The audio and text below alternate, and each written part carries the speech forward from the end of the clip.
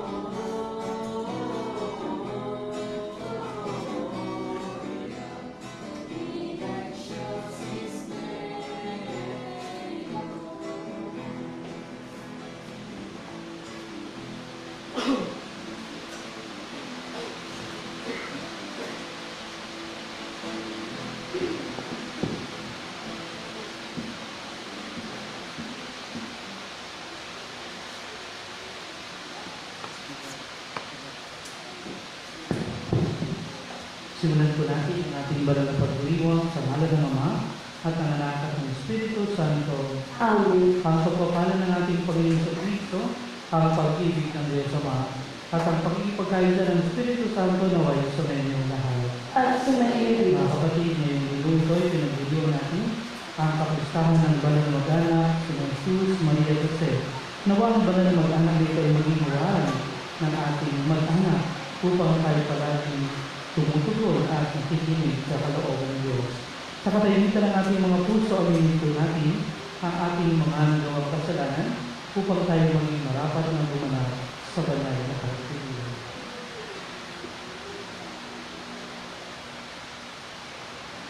Sabay-sabay tayo, inaamin ko sa mga pamilya ng Diyos at sa inyo mga kapatid, na lubha akong nagkasala sa isip, sa salita at sa gawa, at sa aking pagkukulang.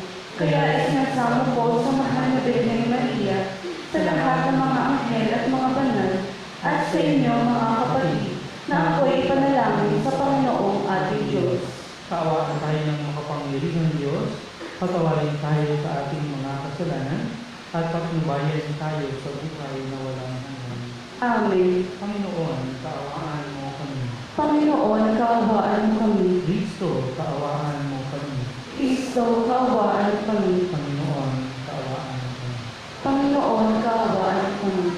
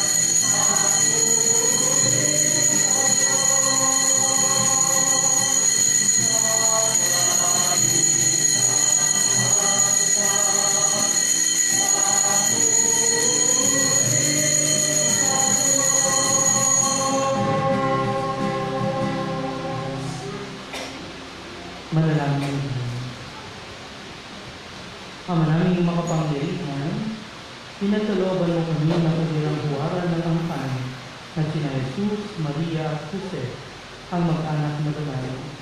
Sa pagtulad namin sa kanilang mabuting pagsusunuran, kami naway magkamit ng walang maliw na kaligayahan sa pamamagitan ng Kristo at sama ng Espiritu Santo, magpara sa walang hanggan. Amen. Magsiupo po at makinig sa pagpapahayag ng salita ng Diyos. Sa unang pagbasa, itinuturo ni Sirach na dapat mahalin ng mga magulang ang kanilang mga anak at ang mga anak naman ay dapat na gumalang at mangalaga sa mga magulang, lalo na sa kanilang katandaan. Pagbasa mula sa sulat ni Sirach. Ang mga ama ay binigyan ng Panginoon ng kapangyarihan sa mga anak. At inutos niya na sundin ng mga anak ang kanilang ina. Ang gumagalang sa kanyang amay, nagbabayad na sa kanyang kasalanan. At ang pagpaparangal sa kanyang inay, parang nag-iimpok ng kayamanan. Ang gumagalang sa kanyang amay, paliligayahin naman ng kanyang mga anak. At ang panalangin niya ay agad diringgin ng Panginoon. Ang pagpaparangal sa kanyang ama at nagdudulot ng kaaliwan sa kanyang ina ay tumatalima sa Panginoon. Pahabain ng Diyos ang kanyang buhay. Anak, palingayin mo ang iyong ama pagkat siya'y matanda na. At huwag mo siyang dudulutan ng sama ng loob habang nabubuhay. Pagpaumanhinan mo siya kapag nanlalabo na ang kanyang isip. Huwag mo siyang lalapastanganin ngayong nasa kasibulan ka na ng iyong lakas. Ang pag-ingat mo sa iyong ama ay di makakalimutan ng Panginoon. Iyan ang magiging kabayaran sa iyong mga kasalanan. Ang salita ng Diyos. Salamat sa Diyos. Salmong tugunan. Mapalad ang sumusunod na taong may takot sa Diyos. Mapalad ang sumusunod na taong may takot sa Diyos. Mapalad ang bawat tao na sa Diyos ay may takot. Ang maalad na adhikay sumunod sa kanyang utos. Hindi siya nagkukulang sa anumang kailangan. Ang buhay ay maligaya at uunlad ang kanyang buhay. Mapalad ang sumusunod na taong may takot sa Diyos. Sa tahanan, ang asawa'y parang ubas na mabunga. Bagong tanim na olibo sa may dulang ang anak niya. Mapalad ang sumusunod na taong may takot sa Diyos. Ang sino man kung ang Diyos buong pusong susundin, buhay niya ay uunlad at laging pagpapalain. Mula sa Sion, pagpapala nawa ng Diyos ay tatanggapin at makita kang habang buhay pag-unlad ng Jerusalem. Mapalad ang sumusunod na taong may takot sa Diyos. Sa ikalawang pagbasa, iminumungkahi ni Apostol Pablo na ang tunay na pananampalataya at kabanalang Kristiyano ay nasasalamin sa mabubuting gawain, pagpapakumbaba, pagtitiis at pagmamahal. Pagbasa mula sa sulat ni Apostol San Pablo sa mga taga-Colosas. Mga kapatid, kayo'y hinirang ng Diyos, itinalaga para sa Kanya at minamahal niya. Kaya't dapat kayong maging mahabagin, maganda ang kalooban, mapagpakumbaba, mabait at matiisin. Magpaumanhinan kayo at magpatawaran kung may hinanakit kayo sa isa't isa. Pinatawad kayo ng Panginoon, kaya't magpatawad din kayo. At higit sa lahat, mag-ibigan kayo pagkat ito ang buklod ng ganap na pagkakaisa. At pagharingin ninyo sa inyong puso ang kapayapaang kaloob ni Kristo, sapagkat ito ang dahilan kaya kayo tinawag upang maging bahagi ng isang katawan. Magpasalamat kayong lagi. ang mga salita ni Kristo ay itanim ninyong mabuti sa inyong isip.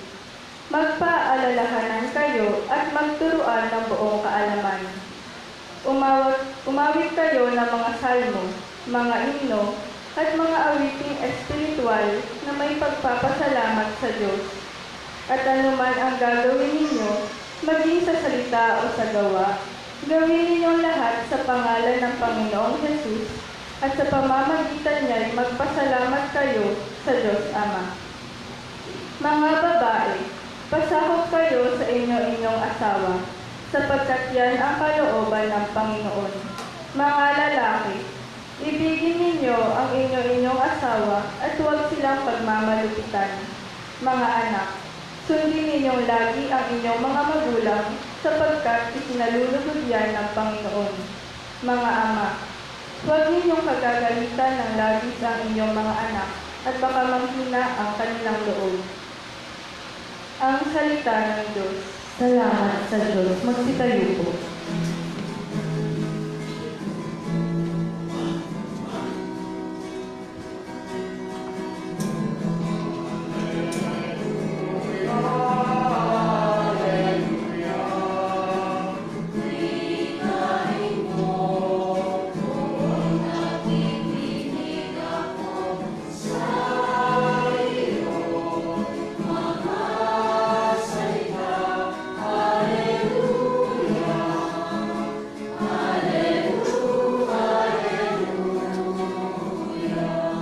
Kapayapaan ni Kristo at salita niyang totoo naway manahan sa inyo.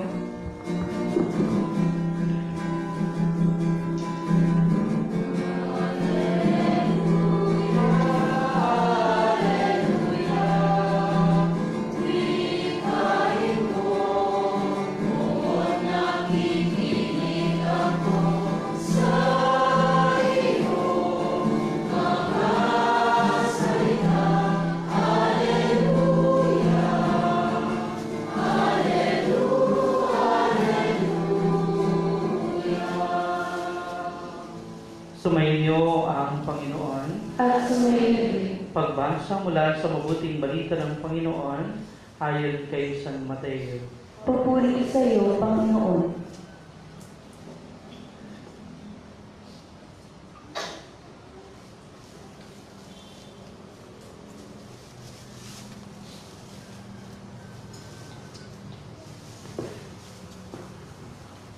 Pagkaalis ng mga pantas, napakita kay Jose sa panaginip ang isang anghel ng Panginoon.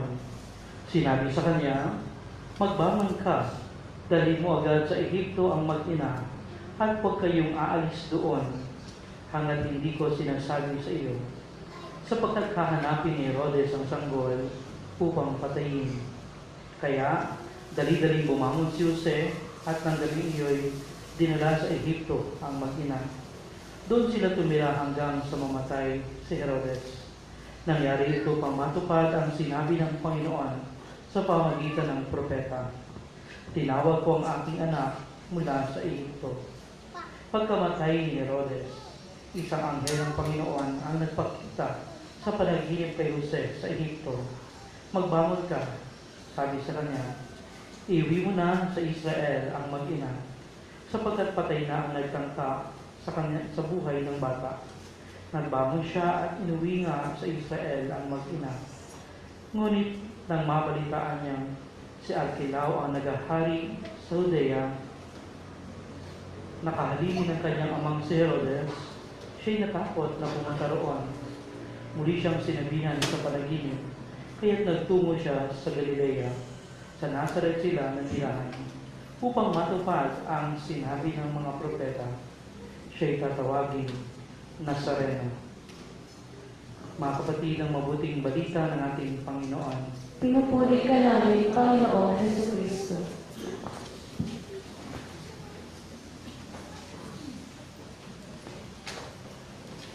Magandang umaga po sa inyong lahat. Pati naman natin katabi natin ng magandang umaga. At syempre, maligayang Pasko po sa inyong lahat. Ang lagay ay maligayang Pasko na lang. Kumusta po ang Pasko ninyo? Sama-sama ba yung pamilya? Sama-sama nagsalo-salo? Nakalungkot lang, no? Salo-salo pero yung iba nasa sala, nagko-computer, yung isa nasa kwarto, no? Nagko-computer din, hindi ko alam kung ano ginagawa. No? Pag salo-salo, di ba dapat sama-sama? Di po ba? Dahil ang Pasko ay pagdiriwang ng pamilya. Si Kristo ay sumilang sa loob ng pamilya. At tayo pamilya ng Diyos, dapat iisa tayo isang bayanan na nagsasama-sama. Lalo tigit sa pagdiriwang ng banal na misa. Sino po sa inyo dito ang kompleto ang pamilya na nagsimba ngayong araw? Ayun, may isa doon. Isa lang, dalawa lang, tatlo lang, apat lang. O, dami na yan, pwede na yan, ano? Di ba? Mga kapatid, ang araw nito ay araw ng pamilya. Amen? Sapagkat ipinagdiriwang natin ang kapistahan ng banal na mag-anak, Jesus, Maria, at Jose.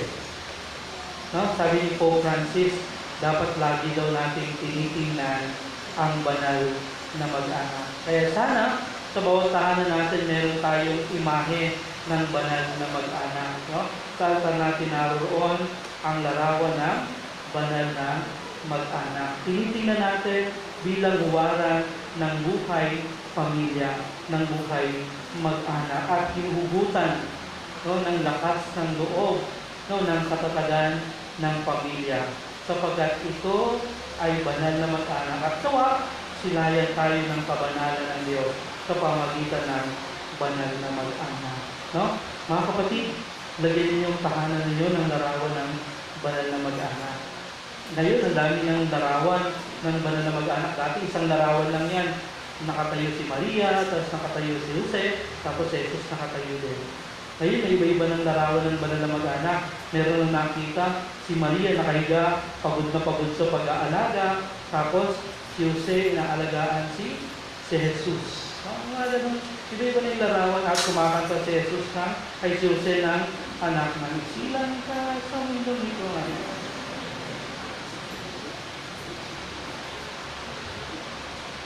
Mga kapatid, alam po niyo, tayong mga Pilipino, dahil tayo ay mapagmahal sa pamilya, malapit tayo sa banal na mag-anak. No? Madalas nga natin tinatawagan ang banal na mag-anak tuwing kailan. Kapag kumukulog at kumikidlat, Jesus Mariusip, no? Di ba? Kapag tayo nagugulog, Jesus Mariusip, no? Akala natin simpleng salita lang yun, akala natin expression lang yun. Pero ito ay pananalita ng pananampalataya at pagkilala sa banal na mag-anak. Jesus Maria Jose, Jesus Maria Jose, di ba? Jesus Maria at Jose. Mga kapatid, noong nakaraang simbang gabi, nasabi ko sa inyo, walang perpektong pamilya. Amen? Lahat ng pamilya may pinagdaraanan. Lahat ng pamilya nakakaranas ng iba't ibang banta sa buhay. Diba?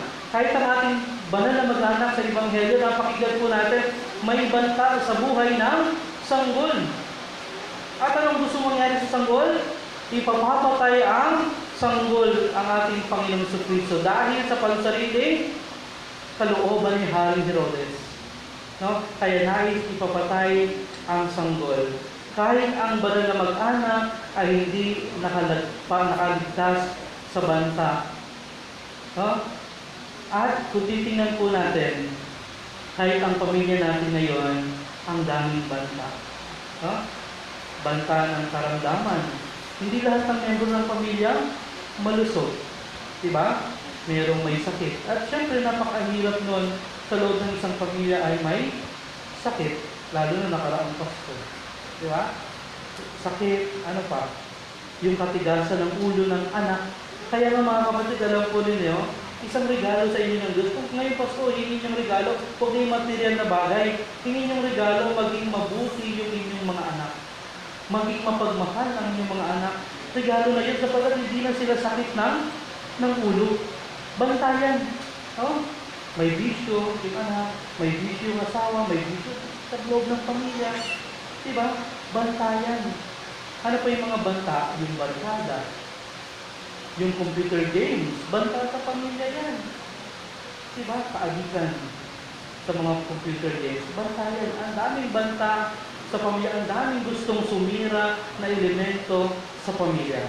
Kung titingnan po natin sa ating Ebanghelyo, kung sino pa yung hari, kung sino pa yung pinuno ng lupain, siya pa yung gustong magpapatay doon sa bata. 2,000 taon na nakalipas, pero nangyayari pa rin ngayon. Buhay na buhay pa rin si Herodes sa panahon natin ngayon. Bakit? Sapagkat ang dami mga pinuno ng lipunan natin ngayon at lipunan sa buong bansa ang nagpapalungkala ng abortion. Diba? Buhay na buhay si Herodes.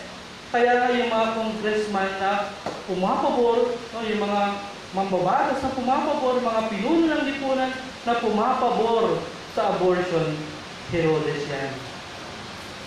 Diba? Sino pa? Yung nagpapanukala ng divorce, Herodes yan. Diba? Ano pa? Yung nagpapanukala ng same-sex marriage, Herodes yan. Sino pa? Yung mga nagpapanukala na okay lang gumamit ng contraceptive, Herodes yan. At nakakalungkot, kung sino pa yung mga Katoliko, sila pa yung gumagamit. Kung tatanungin ko kayo, siguro may magtataas sa inyo. Sino ang gumagamit ng contraceptive sa inyo? Huwag na kayo magtaas. Ha? Suriin na lang natin yung kaibuturan ng ating konsensya, kaibuturan ng ating puso. Alam natin ito ay labag sa kautusan ng Diyos, labag sa kalooban ng Diyos, labag sa turo ng simbahan, dahil ito ay labag sa buhay pamilya at buhay may asawa.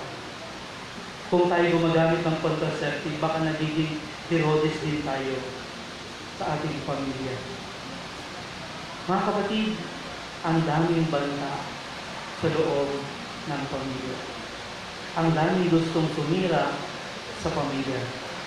Kaya sana mga kapatid, makita natin ang pamilya natin bilang isang, hindi lang ba sa isang institusyon, kundi isang eskwelahan na kung saan ang mga anak at ang bawat membro ng pamilya ay natututo sa maraming bagay.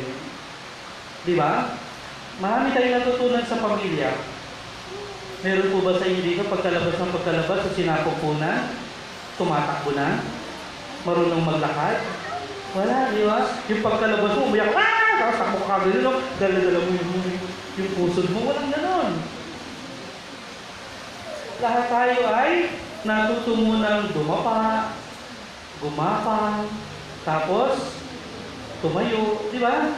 Kaligayahan kaya ng magulang kapag yung kanyang anak ay nakitang naglalakad na. Naalala niyo yung mga nanay na narito kung paano niyo sinalong, tinuruan ng inyong mga anak na maglakad? Una, pinapagapang niyo lang muna, tapos inaalalayan niyo yung tumayo. Tapos pag nakatayo na, bibitaw niyo, tapos hakbang kayo patalikod, di ba? O, anak, di ba? Yung anak mo, kaligayahan yan. Yung mga tatay, yung makita niyo matibay na yung tuhod ng inyong anak, anong ginagawa ninyo? Di ba, mga tatay, pinapatayo-patayo pa sa pala niyo.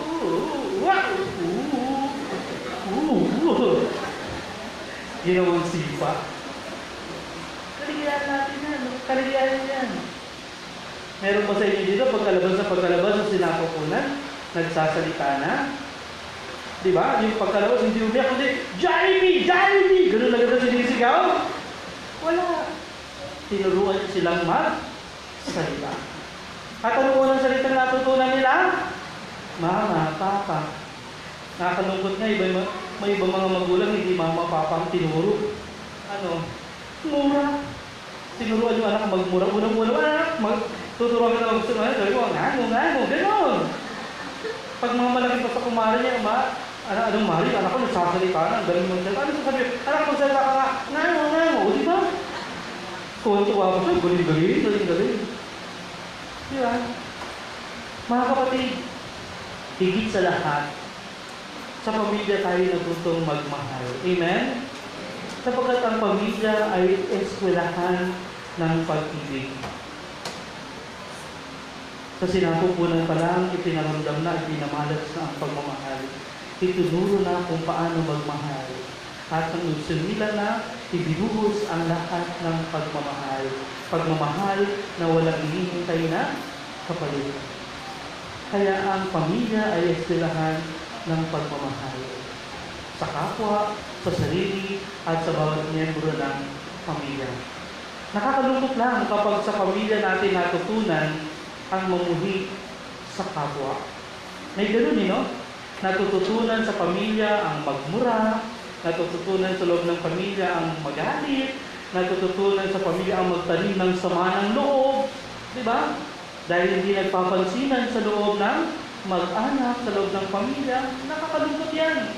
Sumisira yan sa kagandahan ng pamilya. Kapag natuto kang magtanim ng sama ng loob sa loob ng pamilya, sa bawat miyembro ng pamilya. No? Pangalawa, ang pamilya ay eskwelahan ng pananampalataya. Amen? Na kung saan ang mga magulang, nanay at tatay ang nagtuturo ng pananampalataya sa kanilang mga anak. Sapagkat katuwang ang magulang ng simbahan sa pagpapalaganap at pagpapatatag ng pananampalataya ng bata nung sila ay bininyagan. Kaya nga, yung mga bata sa kanilang paglaki, pinakikilala si Jesus bilang kaibigan doon sa bata. Higit pa sa napakaraming kaibigan na makikilala ng bata, dapat ang maunang maging kilala kaibigan ng bata ay walang iba kundi ang ating Panginoong Jesucristo. Sapagkat ang mga magulang ang unang katikista. Diba? Sa kanilang mga anak, tinuturuan kung paano magdasal, tinuturuan kung paano mag-sign of the cross, tinuturuan ang ilang turo ng simbahan, bilang gabay sa kanilang paglaki, dinadala sa simbahan. Kaya nga nakakatuwa mga kapatid, kapag yung mga magulang sa murang edad, dinadala nila yung kanilang mga anak upang magsimba. Diba? At napakasarap pakinggan kapag may mga bata, kahit na maingay, umiyak sa loob ng simbahan dahil alam naman natin na mga iyak ng bata sa loob ng simbahan ay yan daw ay tinig ng mga anghel sa langit. Huwag niyong payakin ha, anghel ay iyak. Sabi ni Pope Francis, huwag daw mailita kapag may batang umiiyak sa loob ng simbahan, sapagkat yan ay tinig ng anghel sa langit. Ang napakagandang nakita ang mga ina, mga tatay, dinadala ang kanilang anak sa simbahan, inumulat ang pananampalataya. At hindi lang yan, tinuturuan na tumalima sa kalooban ng Diyos, tinuturuan makinig ng salita ng Diyos. At ang pamilya na nakikinig ng salita ng Diyos, sila'y pinagpapala ng Diyos. Sa ating unang pagbasa, napakinggan po ninyo, ang sulat ni Sirach, ito ay sulat niya para sa mga anak. Lahat tayo dito ay naging anak. Di po ba? Sino po sa inyo dito ni minsan hindi pa nagiging anak? Lahat tayo naging anak sa simula-simula. At ang sulat ni Sirach ay para sa mga anak.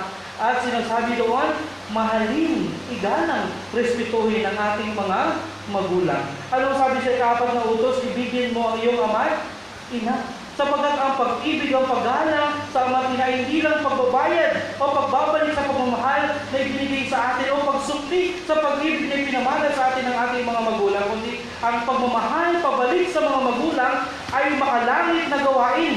Anong sabi sa ating unang pagbasa? Pinatatawad ng Diyos ang kasalanan ng anak na siyang nagmamahal sa kanyang mga magulang. Mga kapatid, ang mga anak na mapagmahal sa magulang ay pinatatawad ng Diyos at ang mga anak na nagmamahal gumagalang sa kanilang mga magulang ay pinagyayaman ng Diyos. At hindi lang yan, pinapahaba ang buhay ng anak na mapagmahal at tumatalima sa kanilang mga magulang. Mga kapatid, ang ating relasyon sa ating mga magulang ay makadiyos na gawain. Ito ay kalooban ng Diyos. Kaya huwag natin silang sagot-sagutin na lang, huwag natin silang labas-tanganin na lang, huwag natin silang baliwalain, sapagkat ang lahat ng ito, ay kasuklam-suklam sa paningin ng Diyos. Kalugod-lugod sa Diyos na ipinapamalas natin ang pagmamahal sa ating magulang. At ano pa ang sabi doon sa sulat ni Sirach? Mga anak, Alagaan natin ang ating mga matatandang magulang. No? Huwag natin silang lapastanganin. Tandaan po natin, nung tayo mga maliliit pang bata, ang mga magulang natin ang naging lakas natin. Diba? At sa kanilang pagtanda, sila ay nangihina. Kanino sila hugot ng lakas sa ating mga anak. Tayo naman ngayon ang lakas ng ating mga magulang. Huwag natin silang lapastanganin. Ipakita natin, ipamalas natin ang pagmamahal sa kanila. Sapagkat yung mga matatandang magulang natin, hindi na sila naghahangad ng marangyang buhay. Ang tanging hinahangad na lang nila ay wagas na pagmamahal mula sa ating mga anak. Upang nang sa gayon, ang pagmamahal mula sa anak ang maging kalakasan nila sa pang-araw-araw ng kanilang buhay habang hinaharap nila ang takip siling ng kanilang buhay. Huwag natin sila lapastanganin. Ibigin natin sila. Kakalungkot lang, alam po ba ninyo, may ibang mga anak, nung tumanda yung kanilang magulang, imbis na mahalin yung magulang, anong nangyayari? Nag-aaway-aaway yung mga magkakapatid sa mamanahin.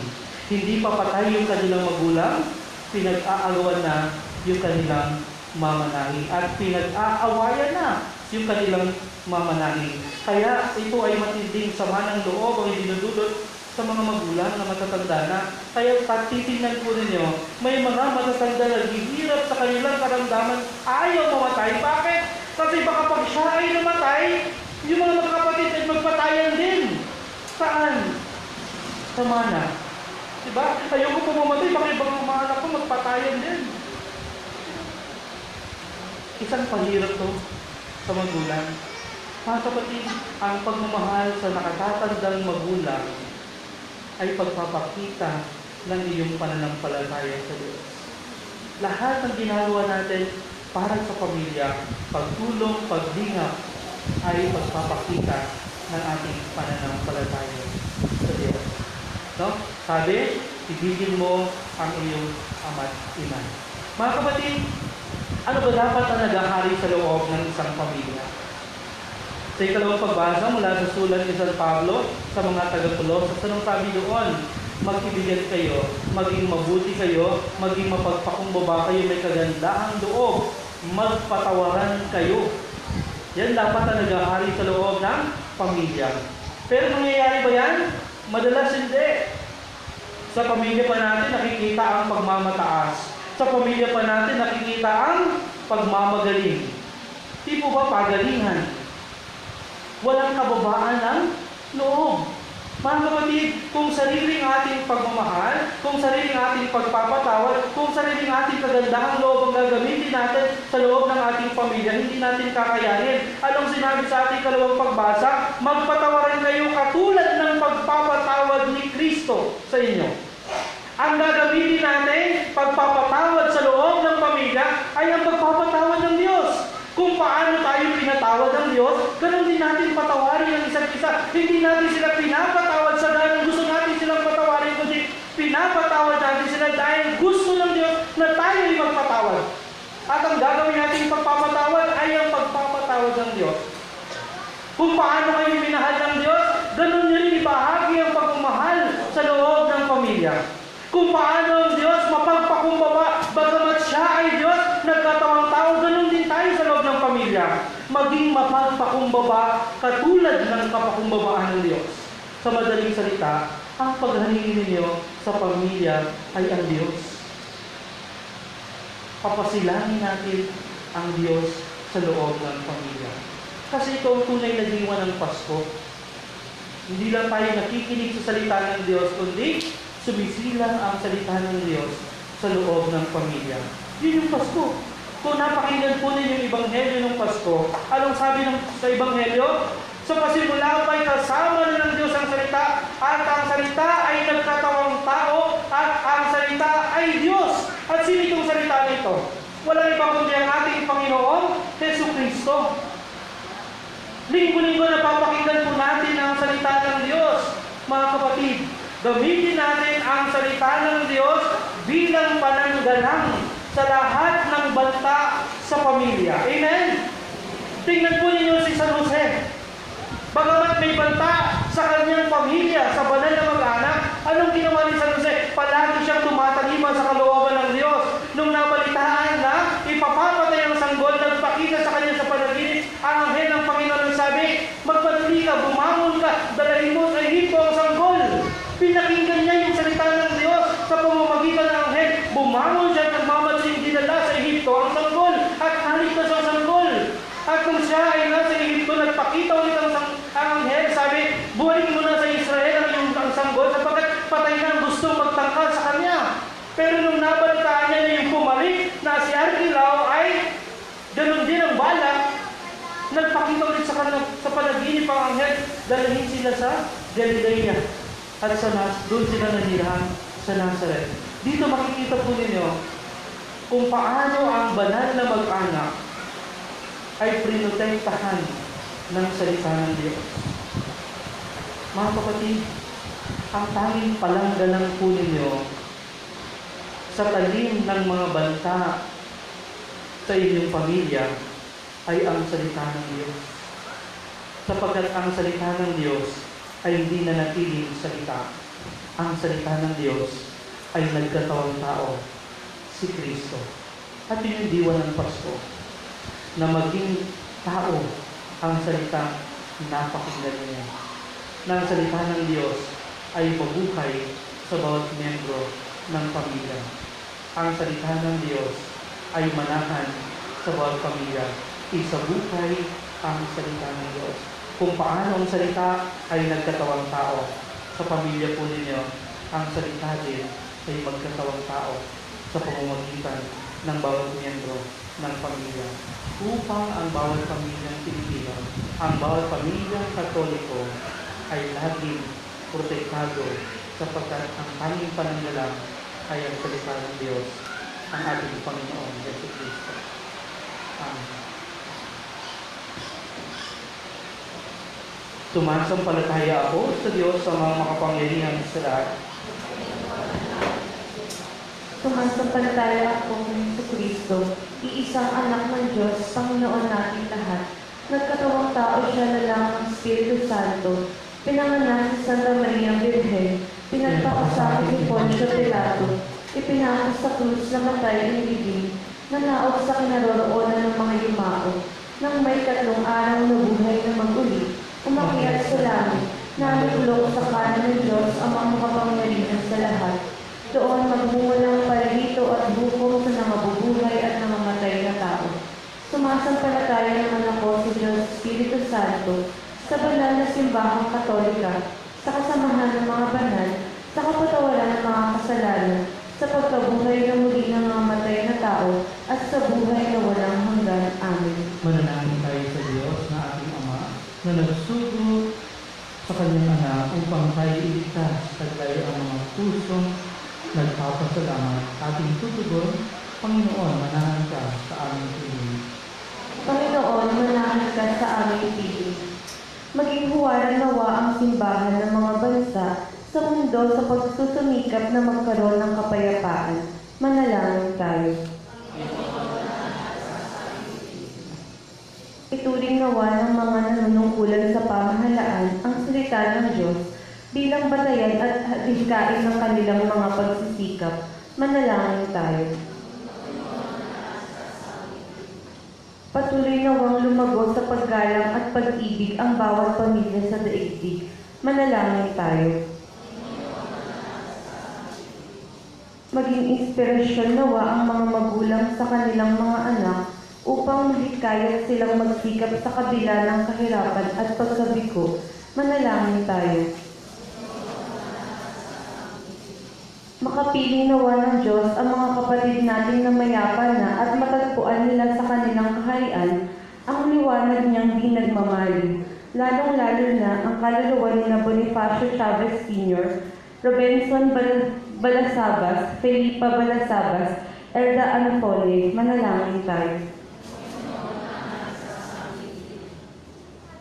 Sa ilang sandali ng katahimikan, ating ipanalangin ang iba pang mga pangangailangan ng ating pamayanan pati na rin ang ating pansariling kahilingan. At isama po natin sa ating panalangin ang pasasalamat at espesyal na intensyon ni Atty. Bonifacio Chavez and family at Engineer and Mrs.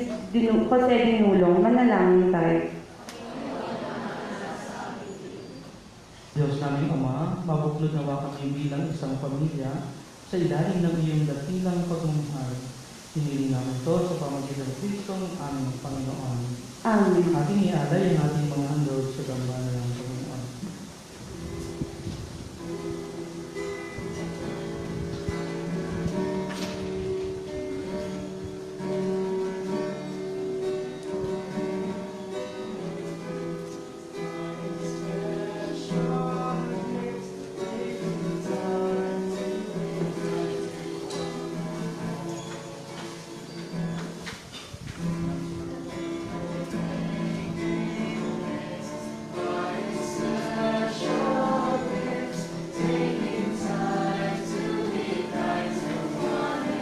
Maaari na po magsiupo.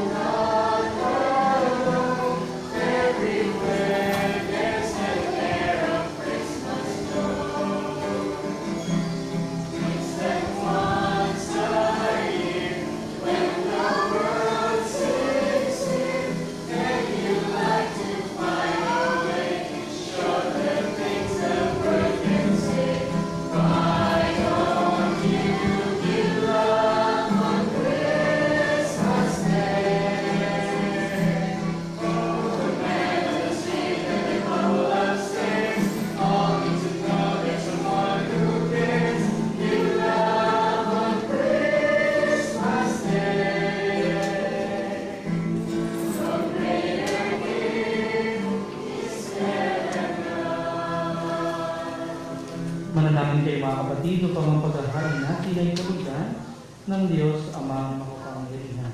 Pagkapinawa ng Panginoon itong paghahain sa iyong mga kamay, sa kapurihan niya at karangalan sa ating kapakinabangan at sa buong sambayanan niyang banal. Ama naming lumikha sa pagdalak namin sa hain ng pakikipagkasundo, kami nawa'y tuwangan ng mahal na Belen at ng San Jose sa aming pagdalangin para maging matatag ang mga mag-anak sa iyong kagandahang loob at kapayapaan sa pamagitan ng Jesucristo kasama ng Espiritu Santo magpas sa walang hanggan. Amen. Sumainyo ang Panginoon, At sumailin, itaas sa Diyos ang inyong puso at iyo. itinaasa namin sa Panginoon. Pasalamatan natin ang Panginoon ating Diyos. Marapat na siya ay pasalamatan. Ama naming makapangyarihan, tunay ng marapat na ikaw ay aming pasalamatan sa pamagitan ng Jesucristo na aming Panginoon. Ang anak mo hindi na nanibal sa amin ay siyang tumawid sa dilim, kaya ay ikaw ay aming nababalaan. Ang anak mo hindi na nanibal sa iyo ay siyang isang salita mo. Sa katauhan niya ang iyong sarili aming nakita. Sa pamagitan niya ang iyong pag-ibig ay kahalik-halina. Kahit ikaw ay hindi sa aming mga mata. Kaya ay sana mga anghel na nagsisiawit ang papuri sa iyo nang walang umpay sa kalangitan. Kami nagbubuli sa iyong kadakilaan.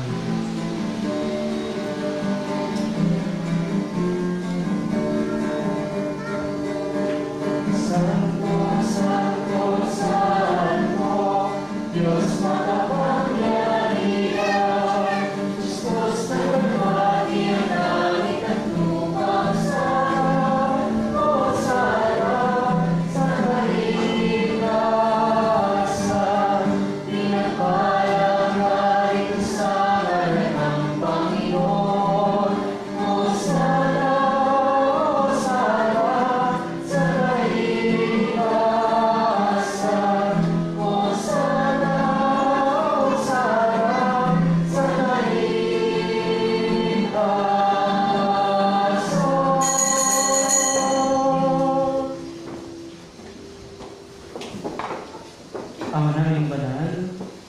ikaw ang bukal ng talang kabanalan. Kaya sa pamagitan ng iyong Espiritu, gawin mong banal ang mga kaloob nito upang para sa amin maging katawan ng dugo ng aming Panginoong Jesucristo. Bago niya pinag-iisang pusang loob na maging handog, hinawakan niya ang tinapay. Pinagsalamatan ka niya. Pinagati-hati niya iyon. Inabot sa kanyang alagad at sinabi, tanggapin niyo lahat ito at kanin. Ito ang aking katawan na ihahandog para sa inyo.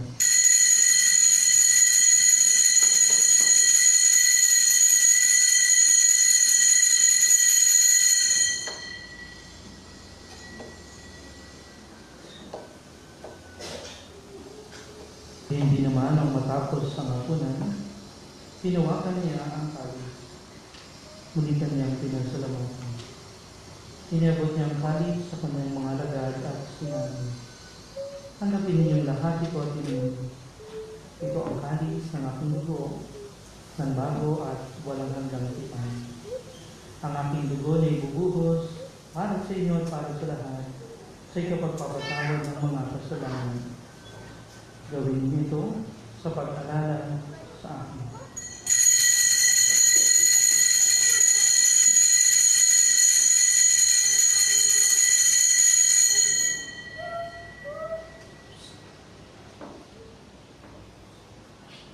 Ipagbunyi natin ang misteryo ng pananampalataya. Si Kristo ay lumitahin, sarili ay inihain, bilang pagkain inumin, inasasaluhan natin, hanggang sa siya'y dumating, hanggang sa siya'y dumating. Ama, ginagawa namin ngayon ang pag-alala sa pagkamatay at muling pagkabuhay ng iyong anak, kaya tiniaalay namin sa iyo ang tinapay na nagbibigay buhay at ang kalis na nagkapaloob ng kaligtasan. Kami nagpapasalamat dahil kami iyong minarapat na tumayo sa harap mo para maglingkod sa iyo. Isinasama namin kaming magsasalo-salo sa katawan ng dugo ni Kristo ay mabuklod sa pagkakaisa sa pamamagitan ng Espiritu Santo. Ama, lingapin mo ang iyong simbahang laganap sa buong daigdig. Puspusin mo kami sa pag-ibig. Kay San Francisco na aming Papa at ni Bartolome na aming Obispo at ng Talang Kapalian. Alalahanin mo rin ang mga kapatid namin nahinlay na may pag-asang sila'y muling mabubuhay. Gayun din ang lahat ng mga pumanang. Kaawaan mo sila at patuloyin sa iyong kaliwanagan. Kaawaan mo at pagindapatin kami lahat na makasalo sa iyong buhay na walang wakas. Kaysa ng mahal na Birhen Maria, Ina ng Diyos, si San Jose na kanyang kabiyak na puso, kaysa ng mga apostol, si Santiago, at ng lahat ng mga banal na namuhay dito sa daigdig ng kalugod sa iyo, may pagdiwang naman namin ang pagpupuri sa ikararangan mo sa pamagitan ng iyong anak na aming Panginoong Jesucristo. Sa pamagitan ni Kristo, kasama niya at sa Kanya, ang lahat ng parangal at papuri ay sa iyo, Diyos sa mga makapangyarihan, kasama ng Espiritu Santo, magpasawalan hanggan.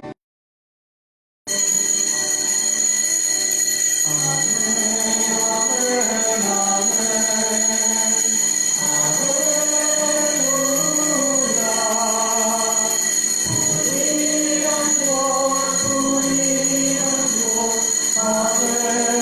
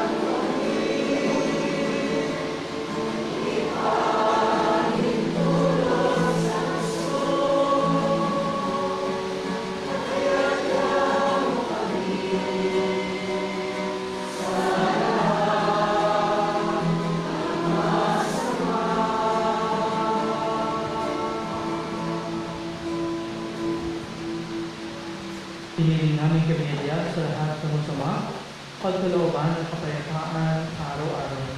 Tigtas sa kasalanan at ilayo sa lahat ng kapakamakan. Samantalang aming pinahalikan ang dakilang araw na magpapakaya ng tagapagligtas namin sa Jesus. Sapagkat sa iyo ang kaharian at ang kapangyarihan at ang kapulihan magpakailanman. Amen. Panginoon Kristo, sinabi mo sa iyong mga apostol, kapayapaan ang iniwan ko sa inyo. Ang aking kapayapaan ang bibigay ko sa inyo. Tunghayan mo ang aming pananampalataya at huwag ang aming mga pagkakasala. Pagkalooban kami ng kapayapaan at pagkakain sa ayon sa iyong kalooban, kasama ng Espiritu Santo magpasawalang hanggan. Amen. Ang kapayapaan ng Panginoon ay laging sumainyo. At sumayin mo. Magbigay tayo ng kapayapaan sa isa't isa.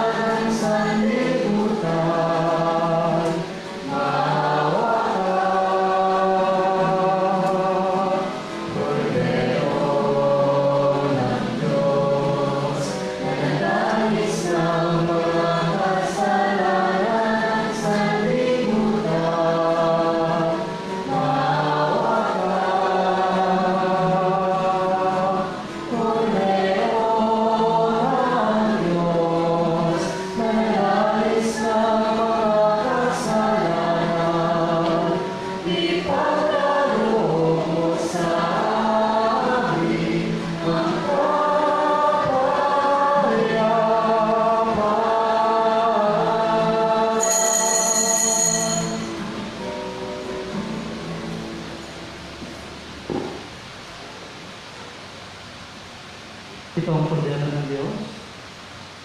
Ito ang nag-aalis sa mga kasalanan ng sanlibutan. Mapalad ang mga inaanyahan sa kanyang tingin. Panginoon, hindi ako karapat-dapat na magpatuloy sa iyo, ngunit sa isang salita mo lamang ay gagawin na ako.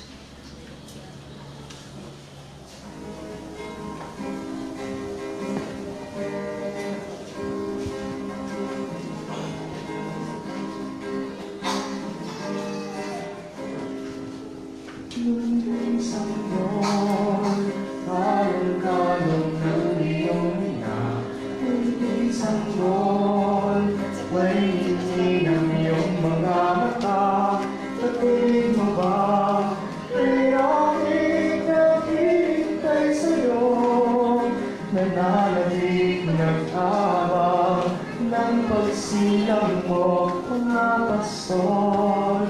Sa sagsaban ay nagpupugay, tatlong hari. Mula sa langan ay nag-aaral, talay ginto. Tambal niya ang hirap para sa'yo, Jesus, hari ng sanlibutan. At nagsisiyawit ang mga anghel sa langit, luwalhati sa Diyos sa kaligtasan at sa lupa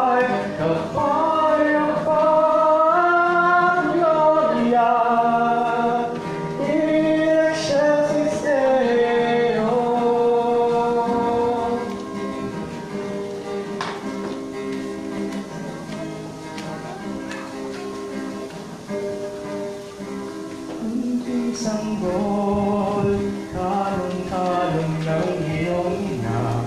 Muling sanggol, may hingin ang iyong mga mata. Batid mo ba? Kaya rin naghihintay sa'yo. Nananabik nag-awang ng pagsilag mo, mga pastol.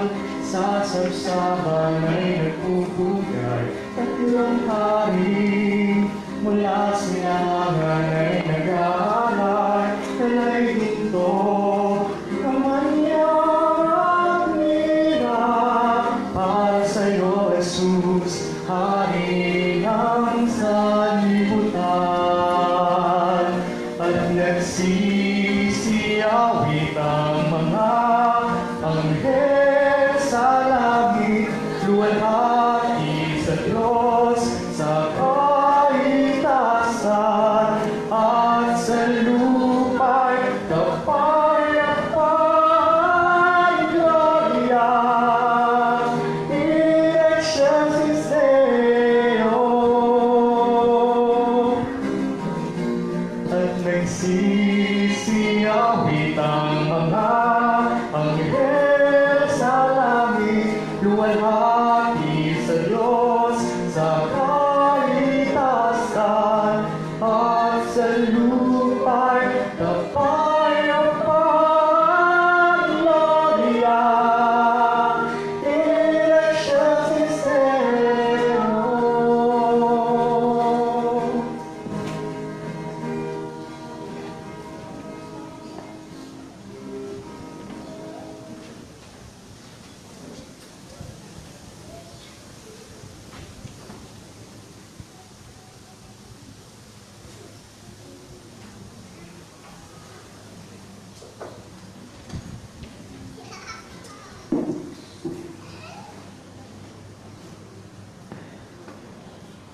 Magandang umaga po sa ating lahat at maligayang Pasko po. Taos-puso po kami nagpapasalamat sa lahat po ng nagbigay ng pamaskong handog at ng Noche Buena package po na ipapamahagi po natin mamaya po pagkatapos nitong misa sa ating Christmas gift giving.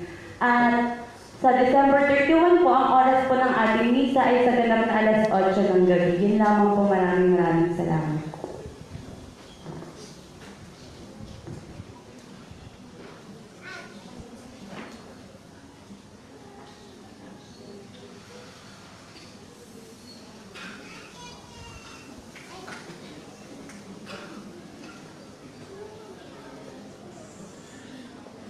Manalangin tayo.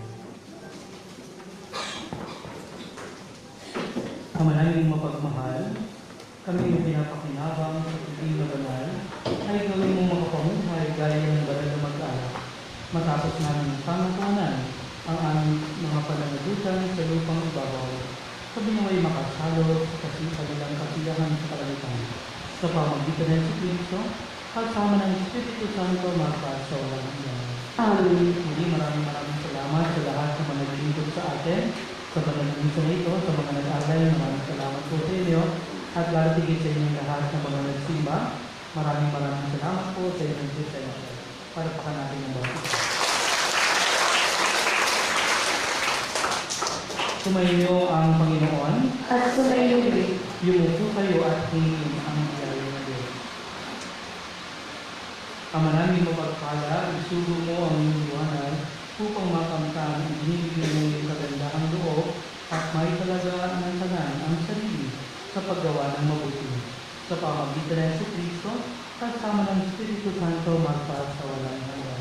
Amen. At pagpalain po kayong lahat ng makapangyarihang Diyos sa Ama at ng Anak at ng Espiritu Santo.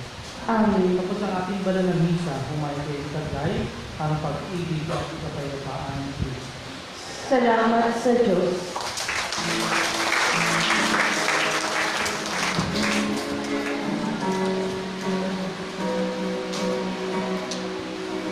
Sa dalagay maliit, pagkakalaki ang sanggol. Matawagin siya, Emmanuel,